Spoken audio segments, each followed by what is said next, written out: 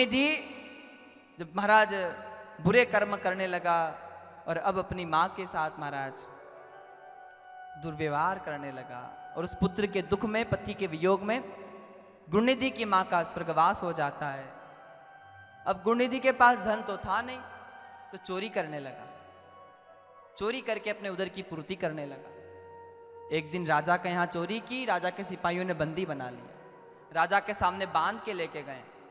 राजा ने देखा ये तो ब्राह्मण लगता है और ब्राह्मण होकर चोरी करता है, कौन है ये, पूछो इससे क्या नाम है इसका। वो गुणनिधि कहता है साहब मैं गुणनिधि हूं। किसका बेटा है? बोले यज्ञदत्त ब्राह्मण का। वो यज्ञदत्त ब्राह्मण जो यज्ञ किया करते थे? बोले हाँ। अरे वो तो मेरे गुरु जी थे और तू मेरे गुरु का पुत्र होकर ऐसे कार्य करता है।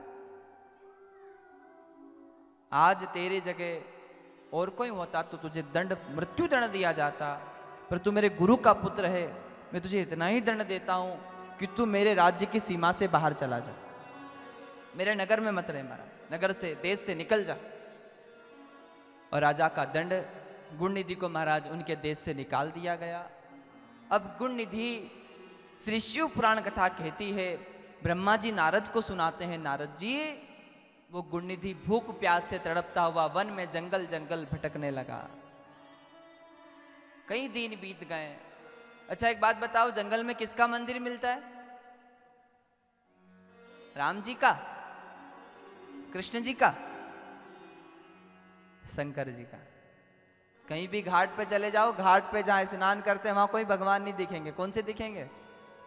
भोलेनाथ। कहीं भी जंगल में चले जाओ, सुने जहां कोई लोग नहीं जाते हैं, वहां जंगल में अगर कोई भगवान मिलेंगे तो भोलेनाथ। एक हनुमान जी, दूसरा शंकर जी। क्यों? बोले शंकर ही ऐसे हैं जो सारा सुख सब कुछ दुनिया को दे दिया और खुद महाराज वीराने में बसे हैं। क्या बड़ा सुंदर सा भाव। गुणनिधि भूख प्यास से तड़पता हुआ जंगल में भटक रहा था। इसे जंगल में शंकर जी का मंदिर दिखा महाराज, और शंकर जी की मंदिर को जब देखा, मंदिर के समीप गया। उस दिन संयोगवश महाशिवरात्रि थी और महाशिवरात्रि के दिन वो गुणनिधि कहेंगे हर हर, बोलो हर हर। सीढ़ियों पर जाकर बैठा, देखा उसने मंदिर में कोई पंडित जी पूजा कर रहे हैं, शंकर जी को स्नान करवा रहे हैं। इसने सोचा आज पंडित जी भगवान की पूजा कर रहे हैं, पंडित जी भगवान को स्नान करा रहे हैं, महाशिवरात्रि है तो पंडित जी शंकर जी को भोग भी लगाएंगे। और अपन कई दिनों से भूखे हैं, शंकर जी को जो भोग लगेगा वो पा लेंगे। और शंकर जी का भोग पाने के लिए वो मंदिर की सीढ़ी पर बैठ गया और पंडित जी ओम नमः शिवाय, ओम नमः शिवाय का उच्चारण करके शंकर जी को स्नान करा। पंडित जी ने सबसे पहले हमारा संकल्प किया, फिर भगवान सदाशिव पर जल की धारा चढ़ाई। उस दिन भी कहा था ना कि एक लोटा जल सभी समस्याओं का हल, कुछ नहीं करना, बस जल चढ़ा दो। अगर शिव कृपा है तो दूसरा कहा है दूध चढ़ा दो, तीसरा कहा है रोगों से निवारण के लिए दही चढ़ाओ, श्री की प्राप्ति के लिए शहद चढ़ाओ, ऐश्वर्यवान होने के लिए घी चढ़ाओ, और संकट निवारण के लिए शक्कर का बूरा शंकर जी पे चढ़ाओ। ये पंचामृत पूजन पंडित जी ने किया। फिर शुद्ध जल से स्नान करवाया महादेव को। शुद्ध जल से स्नान करवाने के बाद सुंदर सा चंदन भगवान को तिलक लगाया। त्रिकोण रूप महाराज भगवान अविनाशी को बेलपत्र चढ़ाया, मंदार का पुष्प चढ़ाया, आक महाराज, और भगवान के सामने दीप प्रज्वलित किया और भगवान शिव की आरती करने लगे। पंडित जी ने बड़ा सुंदर सा भगवान के महाराज आरती की। आरती करने के बाद कपूर आरती की। कपूर आरती करने के बाद भगवान के महाराज नैवेद्य चढ़ाया। अब सीढ़ी पे कौन बैठा है? सीढ़ियों पर भूखा गुणनिधि बैठा है और वो प्रतीक्षा कर रहा है कि पंडित जी पूजा करके जाएं तो मैं प्रसाद उठाकर पा लूं। अब पंडित जी ने आरती की शंकर भगवान की। आरती करने के बाद भगवान से क्षमा याचना की। महाराज पूजा करने के बाद क्षमा जरूर हो भगवान से। पंडित जी क्या कह रहे हैं? आवाहनम न जानामि तवाचनम, पूजाम चैव न जानामि क्षमदाम श्री महेश्वरः, अन्यथा शरणम नास्ति तुमैव शरणम मम, तस्मात् कारुण्य भावेन रक्षस्व पार्वती नाथ। मंदिर जाओ, शंकर जी के एक बार जरूर कहो भगवान से। जल चढ़ाने के बाद हाथ जोड़कर 3 ताली बजाकर शंकर जी से कहो, अन्यथा शरणम नास्ति त्वमेव शरणम मम। हे शंकर जी, आपके सिवा मेरा है ही कौन? हे महादेव, अन्यथा तेरे सिवा मेरा इस जग में कोई नहीं महाराज। अन्यथा शरणम नास्ति त्वमेव शरणम मम तस्मात् कारुण्य भावेन रक्षस्व पार्वती नाथ। और भगवान शंकर जी की पूजा करने के बाद शंकर जी से कह दो क्या? गतम पापम गतम दुख गतम दारिद्र्यमेव च। हे शंकर जी, हमने आपकी सेवा की और आपकी सेवा के फल स्वरूप गतम पापम, मेरा पाप चला जाए, गतम दुख, मेरे सारे दुख मिट जाएं, गतम दुख गतम दारिद्र्यमेव च। हे महादेव, मैंने आपका अभिषेक किया, मेरी दरिद्रता चली जाए। गतम पापम गतम दुख गतम दारिद्र्यमेव च। फिर भगवान से हाथ फैलाकर महादेव से मांगो, क्या कहो? आगता सुख संपत्ति पुण्यो हम तव दर्शना। हे महादेव, आज मैंने आपका अभिषेक किया, मेरी गरीबी, मेरे पाप, मेरा दोष, मेरी दरिद्रता, मेरे संकट सब चले जाएं। और अविनाशी कैलाशी शशिबाल शंकर, मैंने आपकी सेवा की तो मेरे घर सुख संपत्ति और आपकी कृपा आ जाए महाराज। आगता सुख संपत्ति पुण्यो हम तव दर्शनात्। और हाथ जोड़कर कह दो क्या? मंत्रहीनम क्रियाहीनम भक्तिहीनम सुरेश्वर यत् पूजितम मया देव परिपूर्णम तदस्तु मे। यदक्षर पद भ्रष्टम मात्राहीनम चेत् भवेत् तत्सर्वं क्षम्यतां देव। प्रसिद्ध नंदिकंधरः करचरणं कथं वा कायजं कर्मजं वा श्रवणनजं वा मानसं वा अपराधं विहितं वा सर्वमे क्षमस्व। जय जय करुणाब्धि श्री महादेव शंभो। हर हर। और सुंदर सा पंडित जी ने सेवा अर्चना की भगवान की। संतों का मत, गोस्वामी जी कहते हैं, श्री शिव महापुराण कथा कहती है, कोई संकट, कोई गरीबी, कोई दुविधा आ जाए, शिव मंदिर में जाकर रुद्राष्टकम अगर भाव से गाते हैं तो सारे संकट का हरण महादेव करते हैं और सभी मंगल मनोकामना महादेव पूरी करते हैं महाराज। पंडित जी ने शंकर जी की स्तुति की, क्षमा याचना की। पंडित जी ने जो सामग्री थी झोले में रखी, झोला खांदे पे रखा और महाशिवरात्रि का यह सुंदर सा पवित्र दिन है महाराज। और महाशिवरात्रि के दिन पंडित जी महाराज अपने घर चले जाते हैं पूजा करके। अब गुण निधि ने देखा कि पूरा दिन हो गया पंडित जी को पूजा करते करते, पंडित जी ने भगवान को खूब प्रसाद चढ़ाया होगा, तो चलो मंदिर में चलते हैं और वो चढ़ा हुआ प्रसाद पा लेते हैं।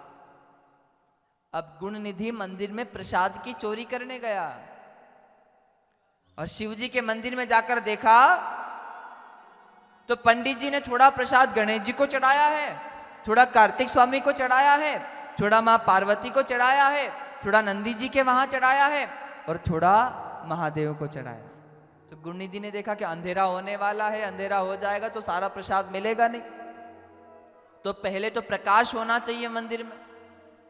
तो मंदिर का दिया बुझने वाला था, उसका घृत समाप्त होने वाला था। और जब मंदिर का दिया बुझने वाला था तो पंडित जी जैसे ही महाराज पूजा करके गए, गुण निधि जैसे ही मंदिर में आया, दिए को देखा कि दिया बुझने वाला है, क्या करें, कैसे प्रकाश करें, अब यहाँ घृत भी नहीं है, क्या करें, क्या करना चाहिए।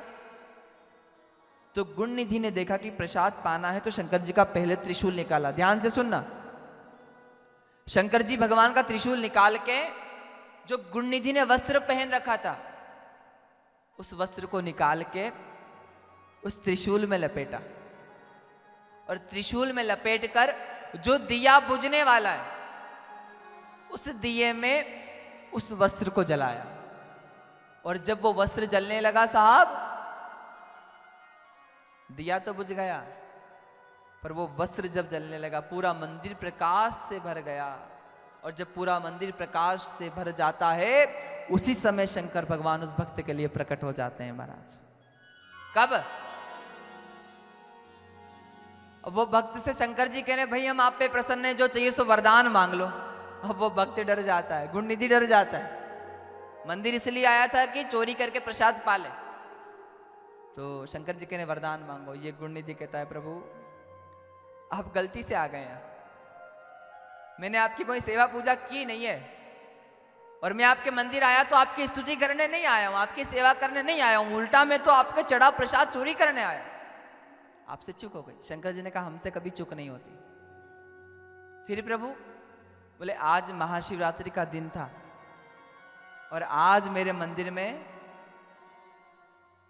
अंधेरा होने वाला था, दिया बुझने वाला था, और आज महाशिवरात्रि के पावन पर्व पर तुम मंदिर आए और रात्रि होने वाली है, दिया बुझने वाला है। तुमने देखा कि महाराज अपने वस्त्र का त्याग करके अपने वस्त्र को तुमने जला दिया, और जब तुम्हारा वस्त्र जला है तब मेरे मंदिर में प्रकाश हुआ है। और तुमने इतना बड़ा त्याग कर दिया कि भाई मेरे मंदिर में वस्त्र, अपने वस्त्र को जलाकर प्रकाश कर दिया। मैं तुम पर प्रसन्न हूँ। जो मेरे मंदिर में आकर दिया लगाता है, जो मेरे मंदिर में आकर प्रकाश करता है, मैं उसके जीवन में भी प्रकाश कर देता हूँ महाराज। इसलिए हे भक्त, मुझसे कुछ वरदान मांग लो।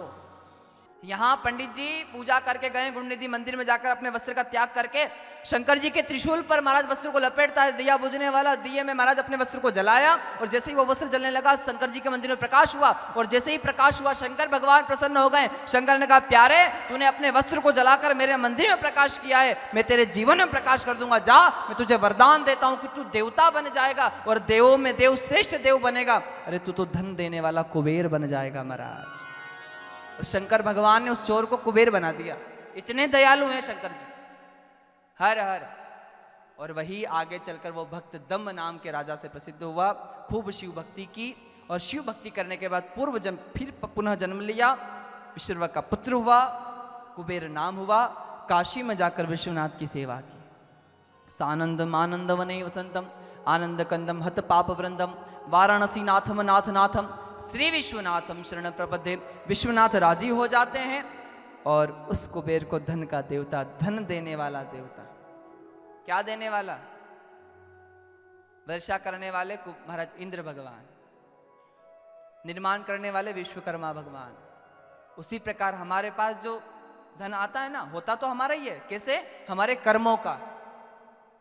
पर जिस प्रकार बैंक में जाते तो कैशियर देता है, हमारे होता हमारा, पर देता कौन है? वैसे ही हमारे भाग्य का जो धन है वो कुबेर भगवान देते हैं। तो यहाँ इस भक्त गुण निधि को शिव कृपा होती है, और शिव कृपा से कुबेर का पद मिल जाता है महाराज। इसलिए मेरा भोलेनाथ थोड़ा नहीं देता है, न तोल के दिया है, न मोल के दिया है, ना ही तोल के दिया है, ना ही मोल के दिया है। जब भी दिया है महाकाल ने दिल खोल के दिया है महाराज, खूब दिया है भक्त। और इसलिए हमें चिंता नहीं करना चाहिए। क्यों? अरे वो जान को दे, अजान को दे, जहान को दे, तो तू को भी तो देगा।